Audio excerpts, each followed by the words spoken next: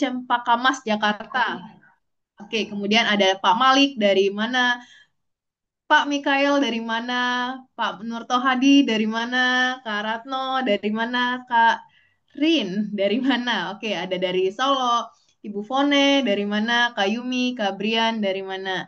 Kak Alfianto dari Malang. Kak Hendrik dari Cirebon. Kak Fone dari Jogja. Kak atau Bu atau Pak gitu ya. Nah, oke. Tak kenal maka tak sayang.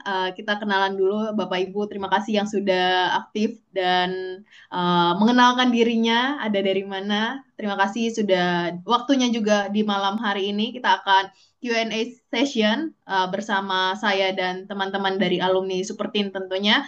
Salam kenal, saya Yuli Safrida. Saya General Manager sekarang dipercaya menjadi seorang General Manager TDW Resource, salah satu anak perusahaannya Pak Tung gitu ya. Jadi di bawahnya TDW Resource salah satu program terbaiknya adalah Supertin Bootcamp. Jadi kita akan share nih mengenai Supertin. Mungkin banyak Bapak Ibu di antara Bapak Ibu di sini yang sudah tahu tentang Supertin Bootcamp, tapi mungkin masih ada beberapa informasi yang belum jelas gitu ya. Jadi bisa ditanyakan di sini bersama. Nanti saya akan bersama teman-teman dari yang sudah teman-teman alumni Supertin gitu ya. Jadi Bapak Ibu nanti kalau misalnya ada pertanyaan ditanya aja, jangan ragu-ragu.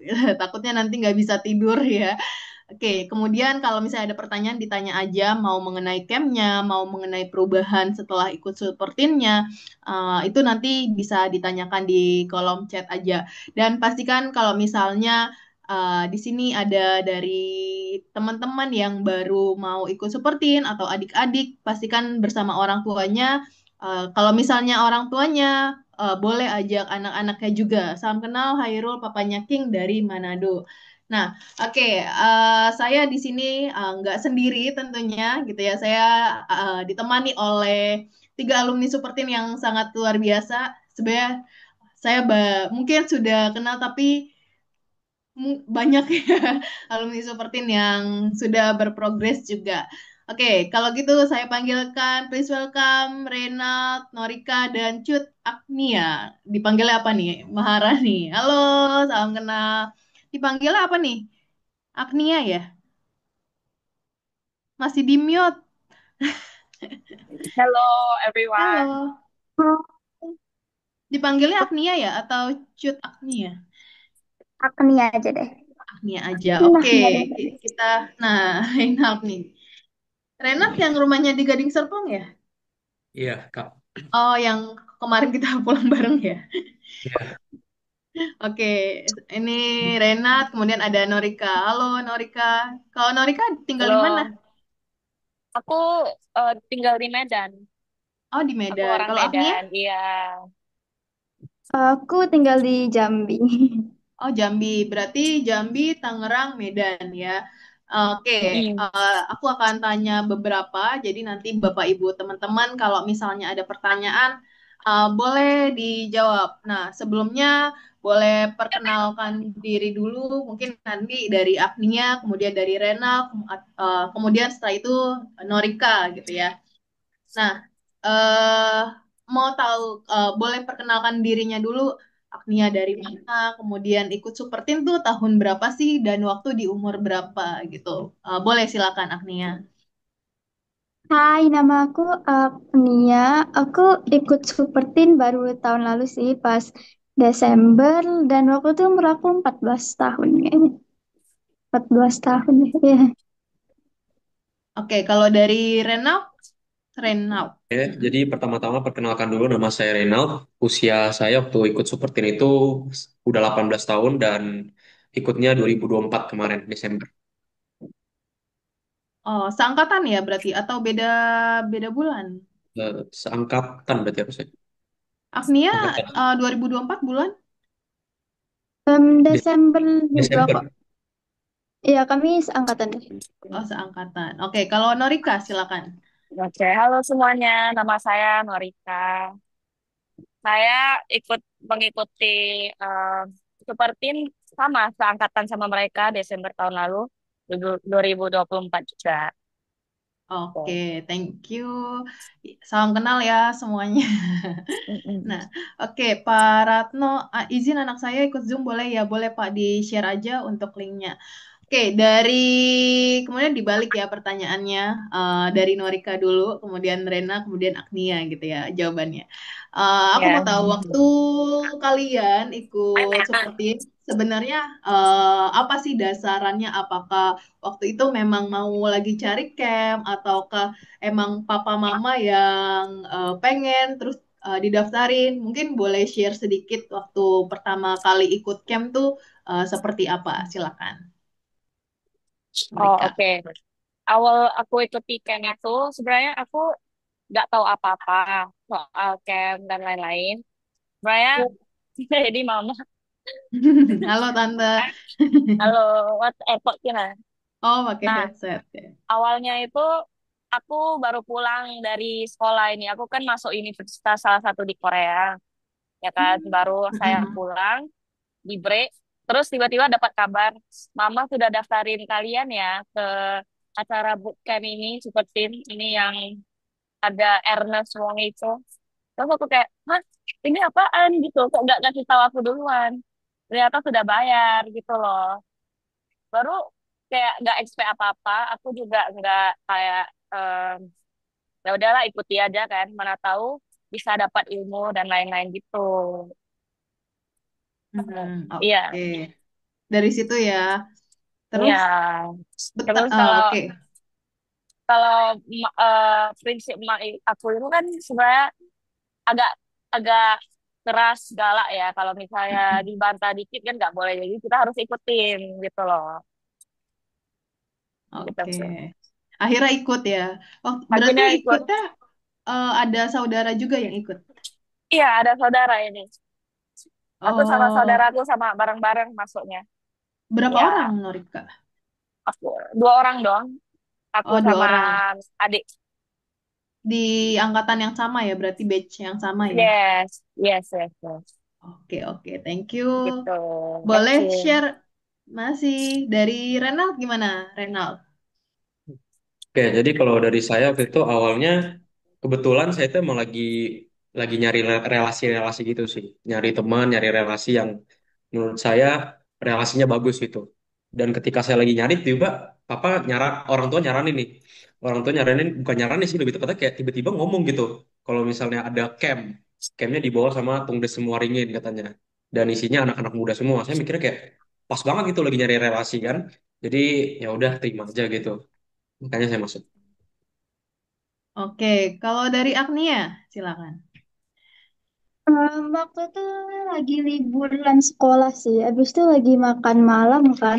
Tiba-tiba ayah bilang gini, kakak mau nggak? Kalau kakak berani nggak kalau diminta ikut camp gitu? Karena sebelumnya aku belum pernah jauh-jauh dari orang tua. Habis itu aku kayak, hah, ikut camp? Tiba-tiba banget gitu. Cuman kan lagi liburan, juga lagi bosan gitu aku. Jadi ya udahlah ikut aja kali kan bisa nambah teman, habis itu bisa belajar hal-hal baru. Sebenarnya awal juga takut sih dik gitu tapi ya udahlah ikut aja. Jadi nggak ada kabar, tiba-tiba dikasih tahu kayak ya udah nanti kakak ikut camp ya di sini tanggal ini udah didaftarin udah dibayarin terus ya udah. Oke, oke, thank you.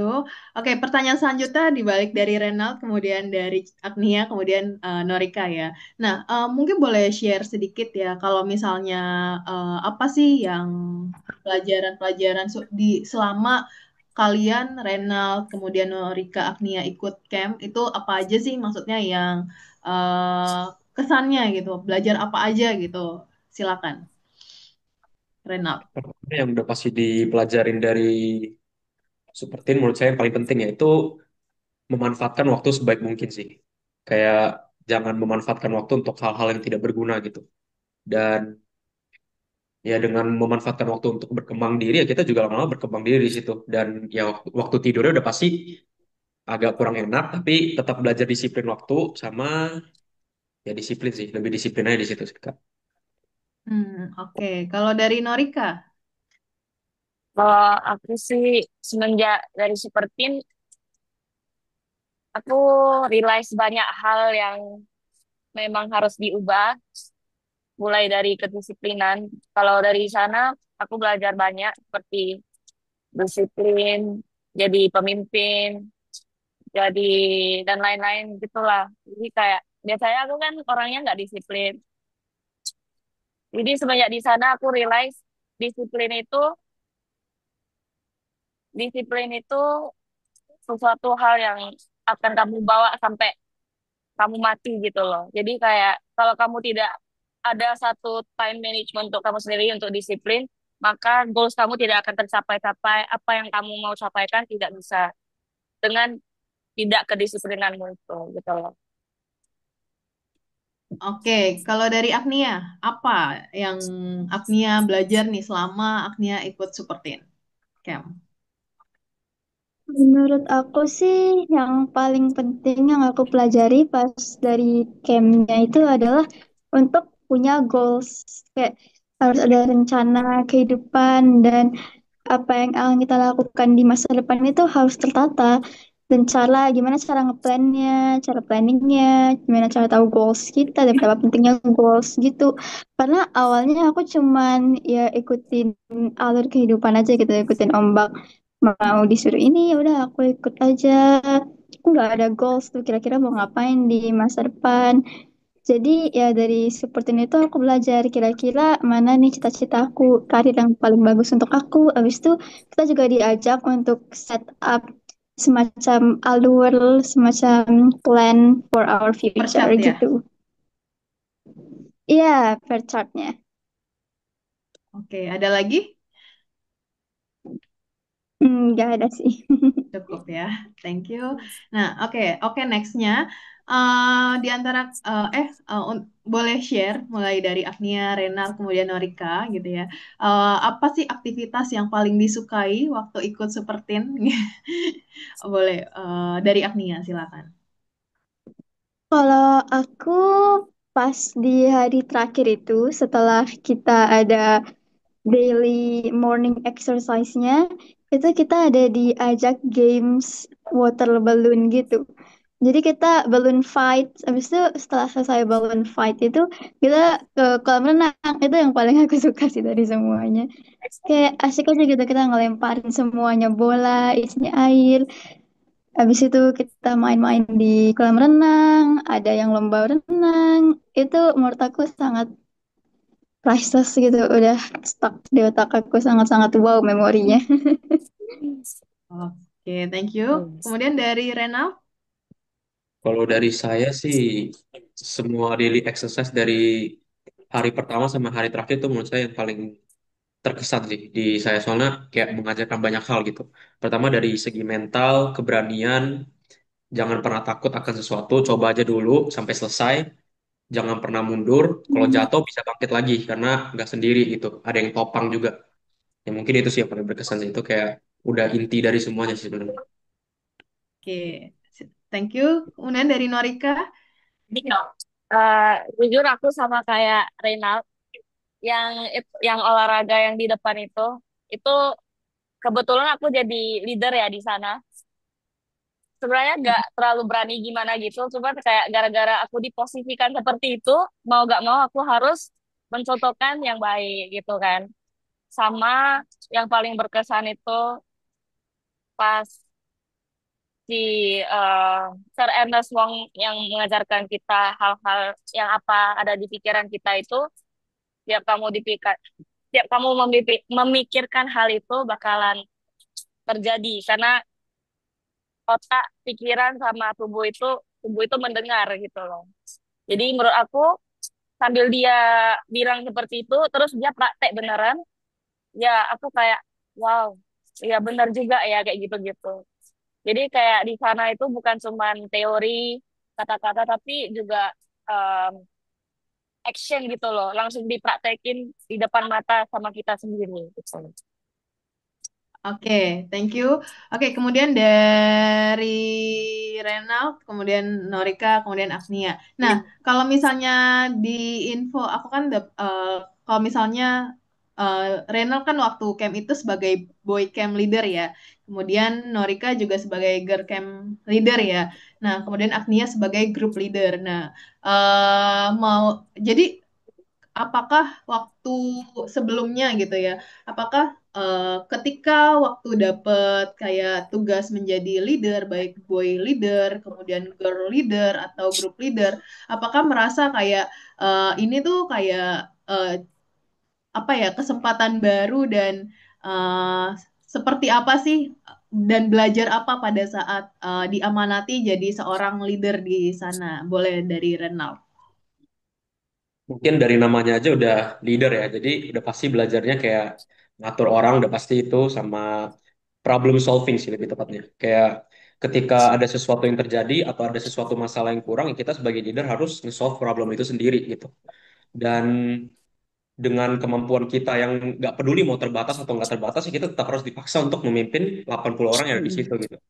Mau either mental kita ready atau enggak, ya tetap kita harus mengemban tanggung jawab itu gitu loh.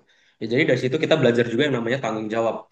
Mau nggak mau ya tetap harus tanggung jawab. Karena kita udah diserahkan posisi itu, job itu, tugas itu ya kita harus tuntaskan sampai terakhir. Dan ya dari situ juga bisa ngerti sih gimana caranya ngehandle masing-masing orang juga. Ngehandle masing-masing dari anak-anak yang kita handle gitu. Sorry, maksudnya isi-isinya gitu, orang-orangnya. Orang-orang kita handle, gimana cara handle-nya, segala macam. Kalau misalnya ada masalah atau apa, gimana solve-nya. Dari situ belajarnya kayak gitu sih, kalau dari camp leader. Oke, thank you. Kemudian dari Norika, silakan. Kalau menurut aku ya di sana itu aku diajarkan kalau leader itu ya tidak memandang umur, siapapun itu bisa jadi leader walaupun kamu lebih kecil atau lebih besar, itu tidak peduli siapapun kamu itu. Yang penting kamu harus pertama eh, punya jiwanya itu. Kalau kamu udah ditunjuk sebagai leader, berarti kamu sudah dipercayakan kepada orang-orang bahwa kamu bisa memimpin sebuah kelompok ini tersebut gitu loh. Jadi kayak pertama ya kamu harus clear dengan apa yang kamu mau sampaikan ke mereka, dan aku juga diajarkan ya mengelola orang-orang, terus memegang tanggung jawab yang banyak karena kan eh, di camp itu kan besar ya, banyak ya jumlah orangnya. Jadi kayak aku juga dipilih, berarti aku harus kayak beneran take role ini serius, kayak bertanggung jawab gitu. Karena mereka sudah percaya kepada saya untuk memimpin seluruh camp ini sampai akhir. Dan sebenarnya aku pun nggak pernah seumur hidup aku jadi leader. Bukan nggak pernah sih, lebih kayak di sekolah pun kayak nggak pernah mau jadi leader karena belum belum ada keberanian. Tapi pas di camp ini, puji syukur berjalan dengan lancar gitu loh. Jadi aku senang untuk mencoba role baru ini. Wow, oke, thank you. Kemudian dari Agnia, silakan. Aku kan cuman grup leader nih. Jadi grup itu satu orang 4 5 orang gitu loh. Jumlahnya satu grup. Jadi awalnya aku sepelein gitu, apalah cuman grup leader juga kok, yang lainnya leadernya sampai harus ngelit berapa puluh orang. Aku mah nyantai aja. Tapi ternyata leader itu walaupun sedikit orangnya, tanggung jawabnya tetap ada, tetap besar gitu loh. Mulai dari hari pertama tunjuk jadi leader, aku harus siap nih, aku harus lebih disiplin. Ternyata biasanya aku yang telat bangun ini malah harus jadi orang yang ngebangunin isi anggota tim aku. Habis itu aku juga harus paham, aku harus benar-benar mengenal gitu loh setiap anggota aku. Padahal cuma sedikit, tapi ada ternyata bebannya. Jadi aku berusaha nih, oh aku kan tipe-tipe yang ya malas lah kenalan sama orang, susah ngafalin nama, susah ngafalin muka. Jadi kadang itu aku kesusahan sendiri sih. Untungnya kakak-kakak resource-nya ini baik-baik. Jadi kayak aku kalau ada yang minta tolong nih, aku butuh bantuan, mereka selalu bantuin aku. Ini kira-kira gimana ya Kak, caranya jadi leader yang baik, caranya jadi ini, itu. Bahkan tim aku pernah dihukum waktu itu karena ada satu orang yang telat bangun. Ya, jadi dari menjadi leader ini aku belajar untuk tidak menyepelekan apapun itu dan untuk disiplin waktu. Oke, thank you. Oke, Bapak Ibu, teman-teman, Om Tante, silakan kalau misalnya ada pertanyaan untuk Renat, untuk Norika, untuk Agnia, silakan boleh ketik di kolom chat gitu ya. Jadi nanti saya akan bacakan untuk mereka juga gitu. Jadi silakan ketik aja di kolom chat. Oke, sambil nanti kalau misalnya nggak ada, nggak apa-apa saya aja yang tanya. Oke, boleh share dari Agnia dulu gitu ya, kemudian Norika, kemudian Rena.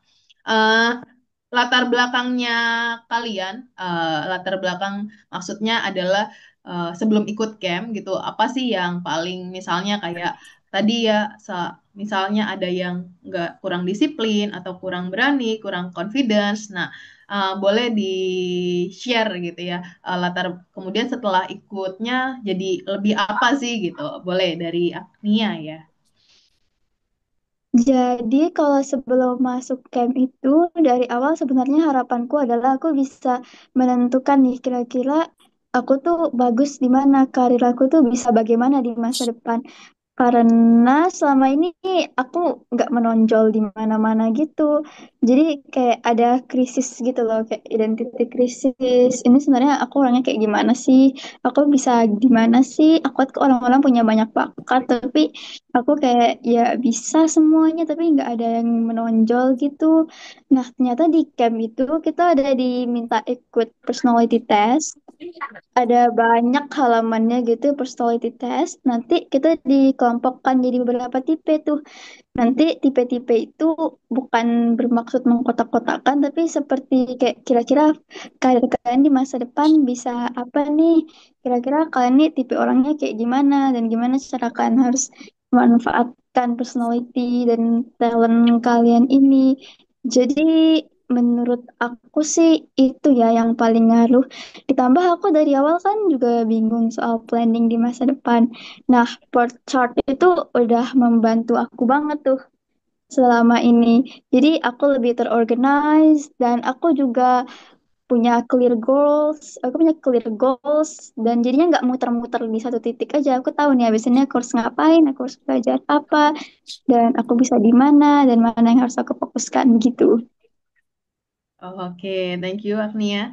Oke, Norika silakan. Kalau aku dulu itu gimana ya, kurang sama kayak Agnia. Aku di seperti itu sebenarnya mau cari. Aku sebenarnya itu bagus di mana sih, cocok jadi apa, karir di masa depan itu gimana gitu. Karena aku sebenarnya suka mencoba hal-hal baru. Semuanya aku suka. Sampai saking banyaknya aku jadi bingung. Aku sebenarnya poinnya di mana sih, kayak sebenarnya cocoknya jadi apa gitu-gitu dan lain-lain. Aku terlalu banyak yang aku minati sampai aku nggak tahu aku mau jadi apa ke depannya. Nah, yang aku expect di seperti ini tuh itu orang sebagai apa. Ternyata dari sana aku udah mulai pelan-pelan tahu apa yang aku minati, apa yang aku kuasai itu dijadikan satu. Sekarang aku jadi punya satu mindset yang clear untuk tentukan, oh planning planning planning planning begini harus kayak gitu. Diajarin juga sih kayak kamu harus ada planning sampai ke goals kamu gitu loh. Planning planning planning bertahap gitu dan harus konsisten sama disiplin sama fokus gitu intinya. Oke, thank you. Nah, kalau dari Renat gimana nih? Kayaknya kalau dari Renat tuh udah terplan gitu kalau. Jadi, silakan dari Renat gimana? Oke, jadi kalau dari saya mungkin dari segi disiplin sama konsistennya itu udah pasti. Karena sekarang nih kebanyakan orang udah punya tujuan, tapi mereka tuh nggak bisa menjalankan tersebut dengan waktu yang disiplin dan konsistennya mereka. Kadang kayak hari ini pengen udah mengapi berapi-api, besok tiba-tiba udah agak lanjut lagi, udah bosen, lanjut baring di ranjang, scroll HP segala macam. Biasa kayak gitu. Nah di seperti ini kayak kita dilatih untuk konsisten gitu. Kalau udah mulai sesuatu ya selesai sampai akhir. Jangan cuman baru mulai setengah atau baru mulai seperempat tiba-tiba udah berhenti. Udah entah males lah, tiba-tiba pikirnya terdistraksi. Itu kata-kata mitos sih menurut saya. terdistraksi ke hal lain, apalagi ke gadget. Tapi kalau misalnya di super teen itu kita nggak bakal kedistraksi sama yang namanya kayak gituan, karena kita sendiri aja udah nggak punya waktu untuk ngeliat gadget. Jadi menurut saya itu sih, dari segi disiplin dan konsisten, ya jangan mudah terdistraksi. Ketika punya tujuan yang clear, kita harus menjalankannya dengan clear juga. Jangan punya tujuan clear, tapi kita ngejalaninnya itu udah acak-acakan. Nggak ada planning, konsisten juga enggak. Cuman ngomong doang kayak, aduh saya pengen jadi ini nih, tapi nggak ada progresnya sama sekali. Pas udah jalanin progres nggak konsisten, tiba-tiba besok udah stop. Udahlah masih banyak waktunya. Nah itu, biasa kayak gitu. Mikir mereka tuh punya banyak waktu, tapi sebenarnya waktu tuh nggak nunggu kita gitu loh. Kita yang harus ngejar waktu, bukan waktu yang menyesuaikan diri sama kita. Dunia nggak berputar di diri kita sendiri soalnya. Jadi ya gimana cara kita men-solve problem itu ya kita dengan cara ketika udah menetapkan tujuan akan sesuatu ya kita harus disiplin. Kita harus maju terus, disiplin, konsisten. Biar waktu yang kita pakai itu tidak terbuang sia-sia dan waktu yang kita pakai tuh dipakai untuk sesuatu yang bermanfaat gitu loh, yang membantu kita untuk mencapai tujuan kita. Mungkin dari saya itu sih. Oke, thank you. Nah, oke, Bapak Ibu silakan. Nanti saya akan ada dua pertanyaan lagi untuk Renat, Norika, dan juga Agnia. Tapi saya akan share lagi. Mungkin Bapak Ibu di sini sudah tahu mengenai Super Teen itu seperti apa gitu. Tapi buat mungkin ada juga Bapak Ibu yang belum tahu, saya akan share sedikit. Saya izin share sedikit. Nah, oke, Super Teen. Oke, Supertin akan ada di Bandung dan di Surabaya. Di Bandung sisa 3 hari lagi ya, tanggal 20 sampai 25 Juni. Kemudian di Hotel Gumilang Regensi Bandung. Kemudian di Surabaya ada di 28 Juni sampai dengan 3 Juli. Berarti ini masih sekitar 10 hari lagi ya. Oke, 10 hari di Hotel Royal Senior Prigen. Jadi kalau misalnya nanti memang mau bisa disesuaikan dengan lokasi atau kalau misalnya Bapak Ibu anaknya tinggal di Bandung tapi mau ikut networking Surabaya ya boleh-boleh aja gitu ya. Jadi silakan. Kalau misalnya Surabaya ada juga Surabaya mau networking dengan yang Bandung juga ikut Bandung. Jadi silakan. Nah, seperti bootcamp gitu. Jadi program Dr. Ernest Wong dengan sudah secara internasional itu di dunia itu di Hong Kong, Malaysia, Vietnam. Nah, itu sudah berjalan sampai dengan sekarang itu 40 tahun untuk Supertin secara internasional. Kemudian di Indonesia sudah 20 tahun dengan Pak Tung Desem Waringin gitu. Mungkin Bapak Ibu di sini sudah ada yang tahu siapa Pak Tung Desem Waringin. Nah, program Dr. Renal Sawang adalah founder dan master trainer Supertin yang telah membantu sangat banyak siswa-siswi untuk meraih hasil yang sangat dahsyat dalam akademik, kehidupan pribadinya. Beliau juga adalah US Certified Accelerated Learning dan NLP Trainer juga sebagai konsultan dalam Education Ministry di Hong Kong. Beliau juga masih memimpin menjadi pemimpin sekolah dan para guru. Nah, ini adalah 4 pilar yang dipelajari di Superteen. Yang pertama ada akademik, kemudian personal, sosial, kepemimpinan. Yang keempat adalah mental toughness, apalagi zaman sekarang ya. Menurut saya uh, makin ke sini secara generasinya untuk mental toughness-nya itu sangat agak harus dilatih gitu ya. Bagaimana menghadapi tantangan dan bangkit jika mengalami kegagalan. Jadi ini pasti harus ada support dari keluarga dan parents gitu ya. Nah, nanti aku akan tanyakan juga kepada Renald, kemudian Agnia dan juga Norika gitu. Dari 4 pilar ini mana yang paling berpengaruh atau berubah, tapi nanti ya setelah ini. Oke, di akademik akan dipelajari bagaimana mengetahui mengetahui cara belajar dari masing-masing anak, karena cara anak ini mempengaruhi apa yang dipelajari oleh anak. Kemudian membaca cepat seperti apa, membuat catatan seperti apa, nanti karena kan beda-beda ya. Ada yang membuat catatannya lebih efektif kayak gini, ada yang kayak gini. Kemudian bagaimana untuk mengembangkan otak secara keseluruhan, meta skill, belajar caranya belajar, karena banyak di antara kita yang disuruh belajar aja tapi kita nggak dikasih tahu caranya belajar itu seperti apa sih yang efektif gitu ya, karena tiap mata pelajaran tuh memiliki area kuncinya masing-masing. Jadi nanti makanya ada yang dibawa buku, ada yang bawa raport gitu ya. Apa itu ujian dan teknik menjawabnya. Kemudian secara personal, kepercayaan diri, pengembangan karakter masing-masing anak, perencanaan karir, kita akan memberikan tes tentang ini, goal setting, time management, problem solving, motivasi positif diri dari dalam diri, pengembangan talenta pribadi. Kemudian untuk sosial dan kepemimpinan, bagaimana kemampuan komunikasi, interpersonal dan networking skill, mengembangkan kualitas sebagai pemimpin, bagaimana membangun tim, etika dalam sosial media, dan yang paling penting hubungan dalam keluarga. Jadi kita juga akan belajar bagaimana berbakti sama orang tua juga, bagaimana lebih akrab dengan saudara juga. Nah, kemudian mental toughness kita akan anak bapak ibu juga akan belajar bagaimana koneksi pikiran dan tubuh, pelatihan performa, manajemen stres seperti apa. Nah, mau nanya ke Renal, kemudian Agnia sama Norika gitu ya.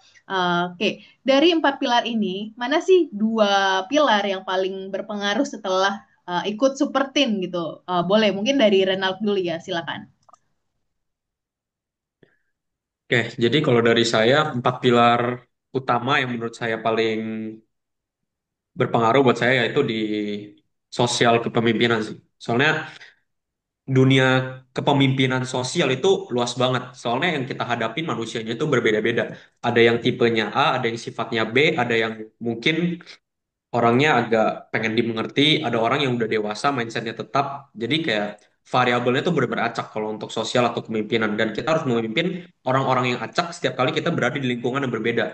Jadi kayak dari situ ya kita belajar cara menghandle orang-orang yang berbeda gimana, progresnya ketika awal-awal tuh pasti ada downside-nya, mungkin downside-nya kayak gimana ya tetap gak usah nyerah aja. Jadi menurut saya mungkin yang paling berpengaruh untuk saya untuk itu sih di sosial kepemimpinan karena ya cara kita handle setiap lingkungan itu pasti beda.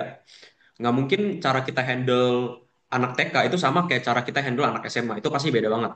Kita ngajarin anak SMA pakai cara anak TK, anak SMA pasti tidur semuanya. Atau nggak bolos. Besok-besok kita udah ngeliat kayak kursinya kosong semua di situ.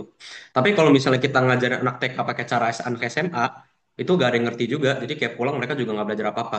Dari situ ya mempelajari sesuatu yang baru di kepemimpinan gitu. Cara kita handle orang tuh nggak sama, harus beda. Tergantung orangnya kayak gimana, kita lihat dulu orangnya kayak gimana, baru kita sesuai nih apa yang cocok sama orang itu. Gimana cara kita kasih pemahaman yang benar ke orang itu. Gimana cara dia tuh bisa mengerti apa yang kita maksud gitu loh. Jadi ya nggak asal-asalan juga. Mungkin dari saya itu sih pilar yang benar-benar utama banget buat saya. Oke, thank you. Kemudian dari Norika, silakan. Oke, kalau dari saya itu sebenarnya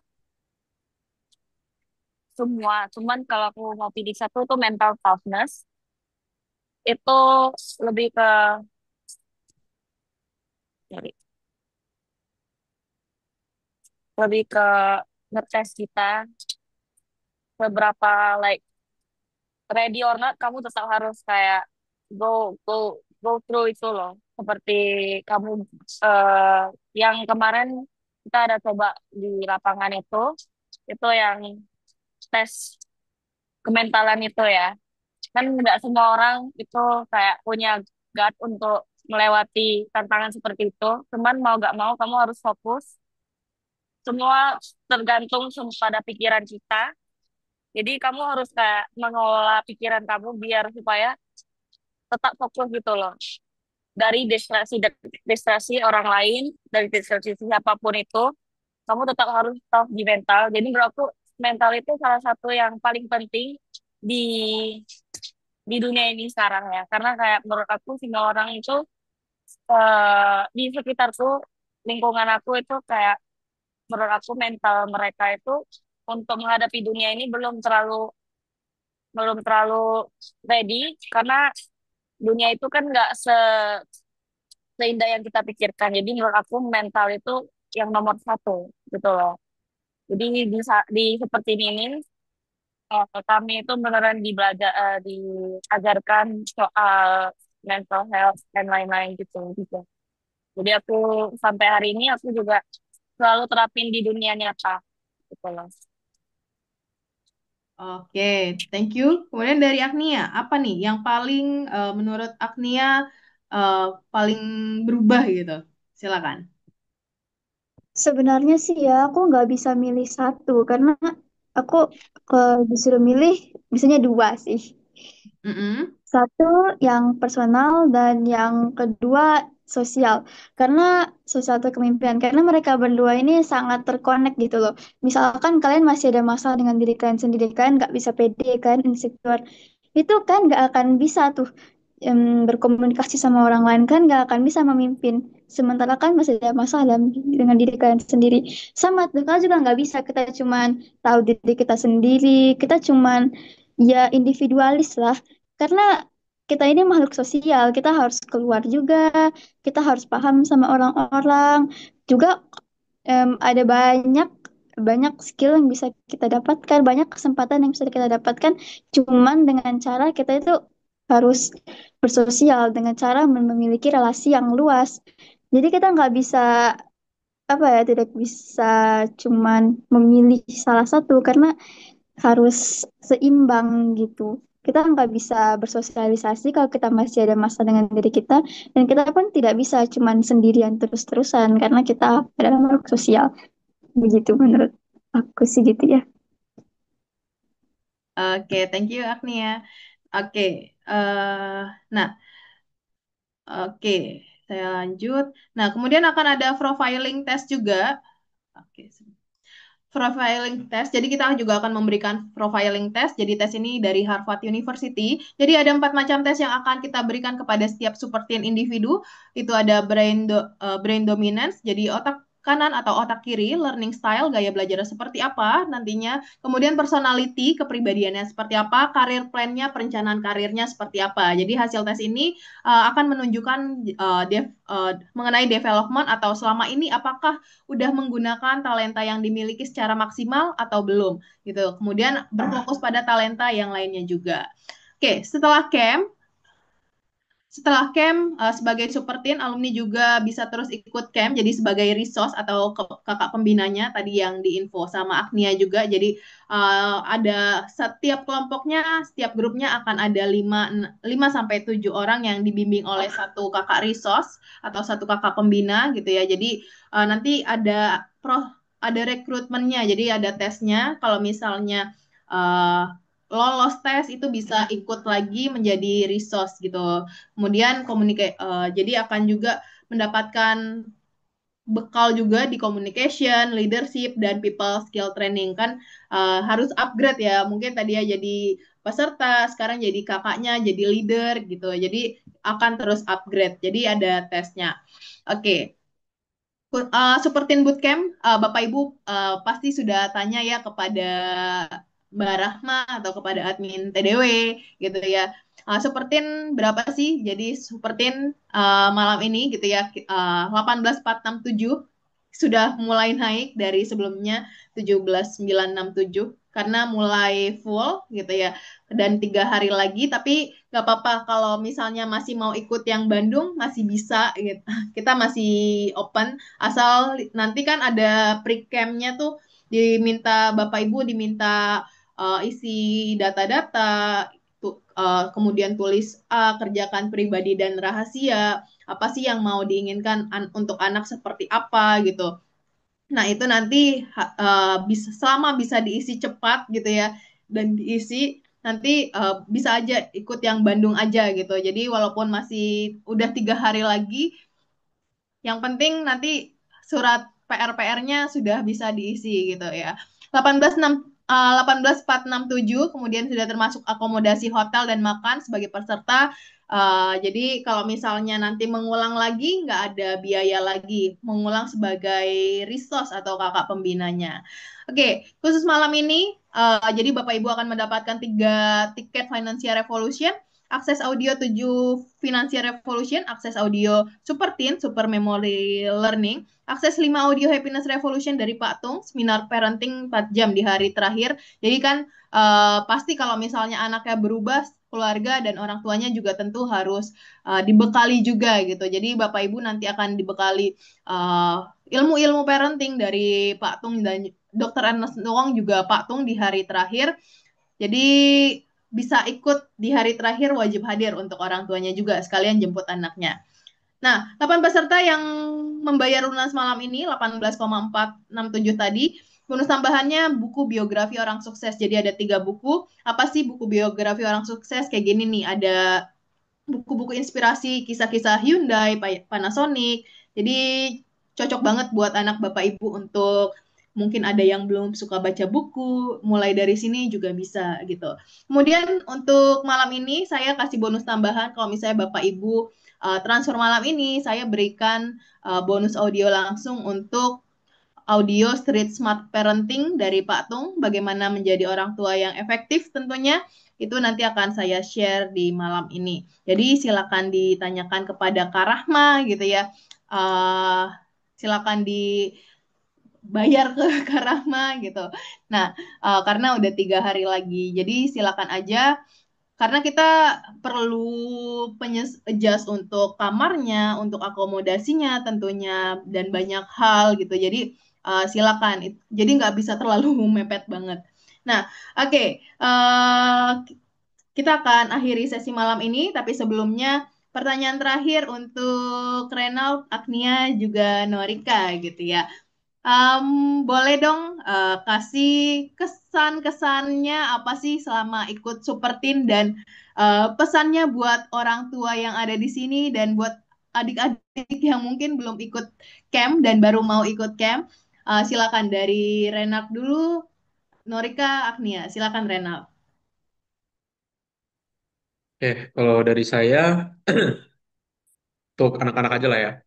Kalau untuk anak-anak ya kalau udah dikasih kesempatan untuk ikut scene ini sih, coba aja dulu. Setelah ikut ya lakuin sepenuh hati gitu. Pelajarin dengan sepenuh hati biar yang udah dibayar juga jadi nggak sia-sia gitu. Kalau misalnya banyak takut ini, takut itu ya gak usah dipikirin. Karena prinsip saya satu, kita nggak perlu tahu apa yang kita nggak tahu. Cukup kita jalanin sampai akhirnya kita tahu sendiri gitu. Misalnya kayak ini bakal jadinya gimana ntar atau aku nggak punya temen nanti segala macem. Kan kalian nggak tahu akhirnya bakal kayak gitu atau enggak gitu loh. Siapa tahu ntar di sana tiba-tiba ada yang deketin kalian terus ngajak temenan kan gak ada yang tahu hasilnya gimana gitu. Jadi menurut saya nggak usah kebanyakan mikir dulu. Jadi ya langsung masuk aja.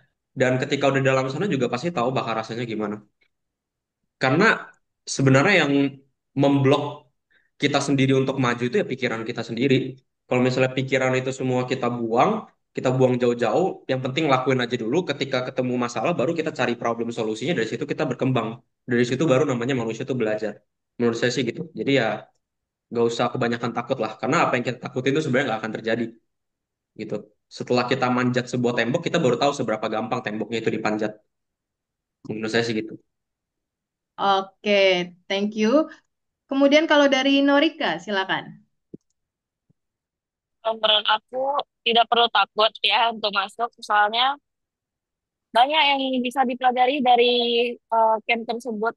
Karena awalnya aku juga gak suka ya, gak tiba-tiba gitu dimasukin, terus kayak gak tahu apa yang akan terjadi, pikirnya cuma seminar biasa. Dan ternyata selama 5 hari itu aku di gini sini aku kayak wow, itu adalah salah satu aktivitas yang paling mengesankan dalam hidup saya, yang mengajarkan saya banyak hal. Jadi menurut saya gak rugi sama aku mendaftarin aku sama adik aku di sini. Aku tahu niat orang tua aku itu baik untuk anaknya itu berkembang. Selagi kamu bisa, selagi kamu punya kesempatan itu, kamu lakukan aja. Kamu join aja, tidak perlu berpikir terlalu keras, terlalu apa. Just do it, just go, just let it go gitu loh. Itu aja Oke, sih thank menurut you. saya. Thank you. Silakan Agnia. Kalau pesan saya, pokoknya kalau ada kesempatan ambil aja gitu. Selama ini aku sering dengar gitu loh, orang-orang bilang, iya aku pengen ini tapi takut, aku pengen ikut ini tapi takut.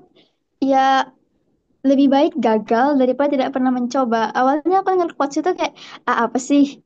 Kayak cuman quotes-quotes motivasi ya, taulah yang boring, udah kita dengar berkali-kali. Tapi ternyata memang betul. Lebih baik kita gagal daripada kita mencoba. Lagi pula kita tuh terlalu sering overthinking gitu loh. Kan kalau misalnya kita ikut camp kayak gini, gak ada kesempatan untuk gagal. Karena yang ada hanyalah kesempatan untuk kita belajar dan mencoba lagi. Jadi kalau kalian melewati suatu kesempatan itu ya kapan lagi kan bakal datang gitu.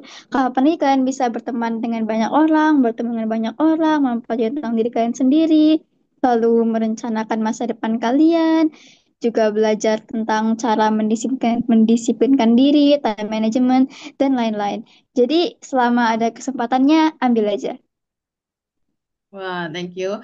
Oke, terima kasih. Jadi, oke, Bapak, Ibu, Om, Tante, teman-teman, silakan kalau misalnya ada pertanyaan, silakan di kolom chat. Tapi kalau nggak ada, nanti bisa tanya ke Kak Rahma gitu ya di nomor WA yang di chat gitu ya. Atau kalau misalnya tadi ada Instagram, jadi kalau misalnya mungkin mau tanya lebih lanjut, boleh juga gitu ya. Nah, oke, terima kasih waktunya Bapak, Ibu, Om, Tante. Terima kasih waktunya Renal, kemudian Norika, Agnia gitu ya. Sampai ketemu lagi gitu ya. Oke, terima kasih semuanya. Selamat malam. Sampai ketemu lagi. Bye-bye. Thank you. Terima kasih.